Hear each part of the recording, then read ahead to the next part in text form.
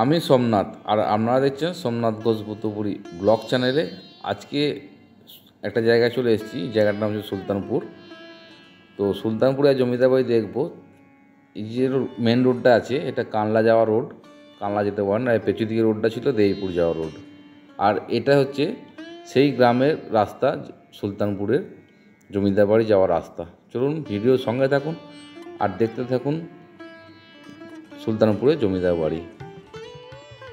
ভারত উপমহাদেশের বিভিন্ন স্থানে রয়েছে বিভিন্ন ঐতিহাসিক নিদর্শন। এই ঐতিহাসিক নিদর্শনের মধ্যে একটি হচ্ছে সুলতানপুর জমিদার বাড়ি, যা পশ্চিমবঙ্গে আনাচে কানাচে ইতিহাস সাক্ষী হয়ে দাঁড়িয়ে রয়েছে।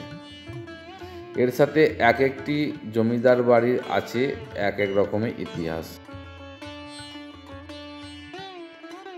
ভারত উপমহাদেশে মুঘলদের শাসন আমল থেকে ব্রিটিশদের শাসন আমল পর্যন্ত জমিদারি প্রথা চালু ছিল। তবে ব্রিটিশ শাসন আমলে পূর্বে এই জমিদারি প্রথাকে জায়গিরদারি প্রথা বলা হতো। ব্রিটিশদের শাসন আমল থেকে ভারতের উপমহাদেশে জমিদারি প্রথা চালু হয় অন্যরকম আধুনিকভাবে। কারণ ব্রিটিশরাই এই জমিদারি প্রথা দিয়েই ভারত উপমহাদেশকে আরও সহজভাবে শাসন করার জন্য একটি হাতিয়ার হিসেবে ব্যবহার করেন, যা তৎকালীন গভর্নর জেনারেল লর্ড কর্নওয়ালিস চিরস্থায়ী বন্দোবস্ত নামে 1793 সালে জায়গিরদারি প্রথা বিলুপ্ত করে জমিদারি প্রথা চালু করেন।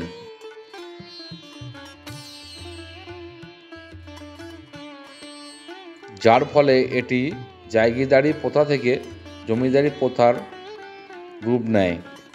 কর্নওয়ালিস নিজেও ব্রিটিশদের একজন জমিদার পরিবারের সদস্য ছিলেন। তার এই জমিদারি প্রথা চালু করার পিছনে মূল উদ্দেশ্য ছিল পুরো ভারতের থেকে সহজে সরকারি রাজত্ব আদায় করা, এছাড়াও সহজে ভারতবর্ষের মানুষকে তাদের শাসন কার্যের আওতায় রাখা।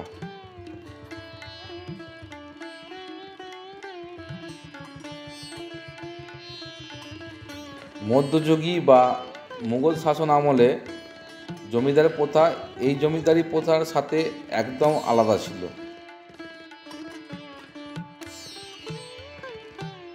তখনকার সময় ব্রিটিশদের কাছ থেকে যারা জমিদারি ক্রয় করে প্রজাদের উপর তাদের শাসন কার্য চালানোর জন্য একটি নির্ধারিত স্থান প্রাসাদ তৈরি করে বিচার কার্য পরিচালনা করতেন এবং বসবাস করতেন।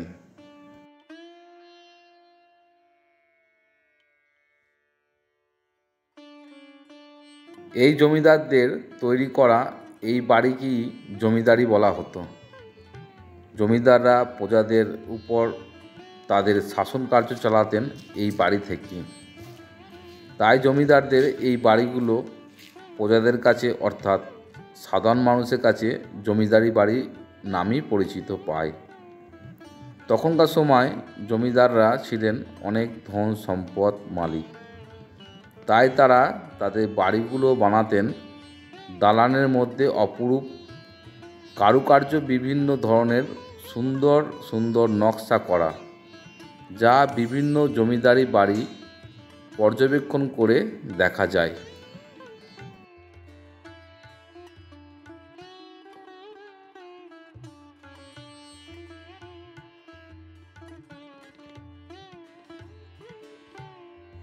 সুলতানপুর জমিদার বাড়িটি ঘুরে ঘুরে দেখলাম, তো খুব সুন্দর জায়গাটা। আর এখানে সংস্কারও কাজও হচ্ছে দেখছি বা হয়ে আছে।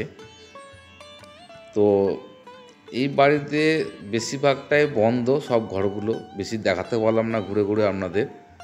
তো অনেকটাই পরিষ্কার পরিচ্ছন্ন আছে। এখানে দেখুন কুয়া ছিল, এটা কুয়াটা এখন বন্ধ করে দেওয়া হয়েছে। তো এখানে সেরমভাবে ঘুরতে পারলাম না, দেখি কোনো দিন সুযোগ পেলে আপনাদের দেখাবো ভেতরে ঢুকে। কিন্তু এখনও কিছু দেখার আছে জমিদার বাড়িগুলি। কিভাবে এই জমিদার বাড়িতে আপনারা আসবেন? Howrah Bardhaman main line local ধরে দেবীপুর স্টেশনে নামুন, ওখান থেকে বাস ধরে চলে আসুন সুলতানপুর। সুলতানপুর থেকে 2 মিনিট হাঁটার পথেই পেয়ে যাবেন জমিদার বাড়ি। আর আপনারা যদি কানলা থেকে আসেন, কানলা থেকে সুলতানপুর বাস পেয়ে যাবেন, ওখান থেকে বাস ধরে চলে আসুন, আপনারা পৌঁছে যান জমিদার বাড়ি। আচ্ছা বন্ধুরা, আমার ভিডিওটা যদি ভালো লাগে সুলতানপুরে, তো চ্যানেলটা সাবস্ক্রাইব করবে, লাইক করবে, শেয়ার করবে। পরের ভিডিওতে আবার দেখা হবে। এরম যদি ভিডিও আমার দেখতে চান, চ্যানেলটা সাবস্ক্রাইব করবেন অতি অবশ্যই। সুস্থ থাকুন, ভালো থাকুন। পরের ভিডিওতে আবার দেখা হবে।